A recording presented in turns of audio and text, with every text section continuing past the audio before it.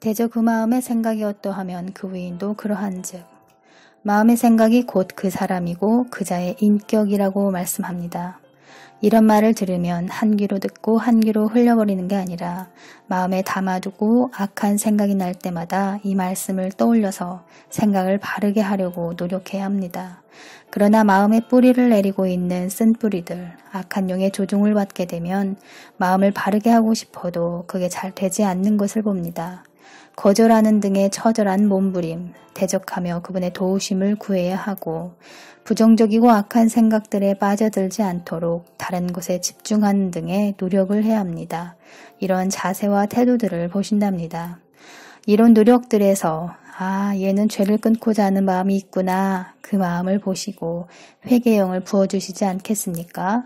그리고 깨끗한 마음과 정직한 영, 옥토박 같은 새 마음을 달라고 구해야 합니다. 새 마음으로 변화될수록 새 수를 담아낼 새 부대가 되기 때문이죠. 그분은 우리의 마음을 살피시고 어떤 생각을 하는지도 아십니다. 그분께 인정받고 칭찬받는 삶을 살려면 마음을 바르게 사용해야 합니다. 생각부터 겸손해야 합니다. 바리새인처럼 겉으로 드러나는 행위가 아무리 거룩하고 율법에 능통하며 학식이 높아도 그들의 마음과 생각은 수준 이하였다는 것입니다. 생각과 마음이 겸손하지 못하고 교만했기 때문에 독사의 자식들, 위선자, 외식하는 자라고 주님으로부터 오히려 책망을 받게 됩니다. 요셉이나 야곱의 경우도 처음에는 마음이 좋지 못했습니다. 이간질하고 속이고 이기적인 사람들이었죠. 그래서 광야로 보내지고 그곳에서 내면의 다루심에 순종하며 새로운 사람으로 거듭나고 하나님께 쓰임을 받을 수 있었습니다.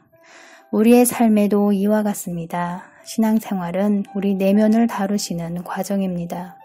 저 역시도 내면을 계속 다루셨고 마음이 새롭게 되기 위하여 연단받고 상처받은 마음, 쓴뿌리 등을 토설케 하셨으며 그것을 통해 내면이 점점 치유되고 회복되었으며 진리 안에서 자유함을 누리게 되었습니다.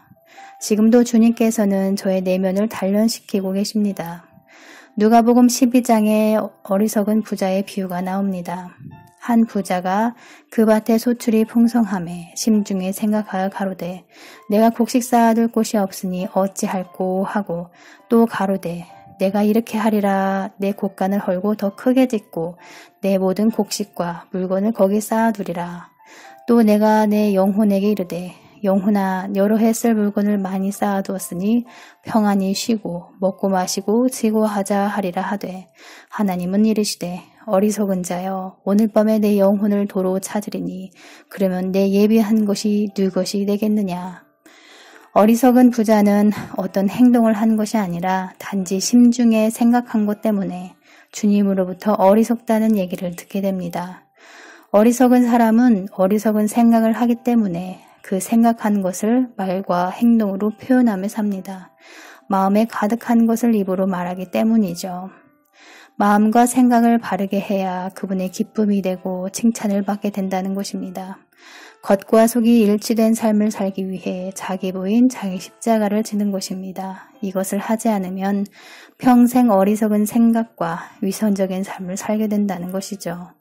우리가 죄악을 품고 있으면 그분과 담이 생기고 음성도 안 들리고 하는 일도 막히며 은혜도 임하지 않잖아요. 죄의 문제가 해결되어야 비로소 음성도 들리고 은혜도 임하는 것을 봅니다. 글의 요점은 행위는 그럴싸하지만 마음이 더럽고 악하면 그분께서 우리를 축복해 주실 수가 없다는 것입니다. 여호와는 마음을 연단하시느니라. 연단될 때 인간의 마음은 낮아집니다. 낮은 자세로 섬기는 삶을 살 때 체질화된다는 것이죠. 천국 백성, 알곡성도 그리스도의 신부가 저절로 그리 되는 게 아니라 이 거대한 지구라는 연단장에서 훈련받고 다듬어지고 거룩해져서 천국에서도 그러한 연장선의 삶을 살게 된다는 것입니다. 삶에 다루심이 있을 때는 겸손하게 마음을 낮추고 원망하거나 불평하지 말고 묵묵히 입에 재갈을 먹이고 그분의 손길에 순복되는 삶을 사시기를 주의 이름으로 축복합니다. 오늘도 승리하는 자, 이기는 자의 삶을 사시기를 주의 이름으로 축복합니다. 감사합니다.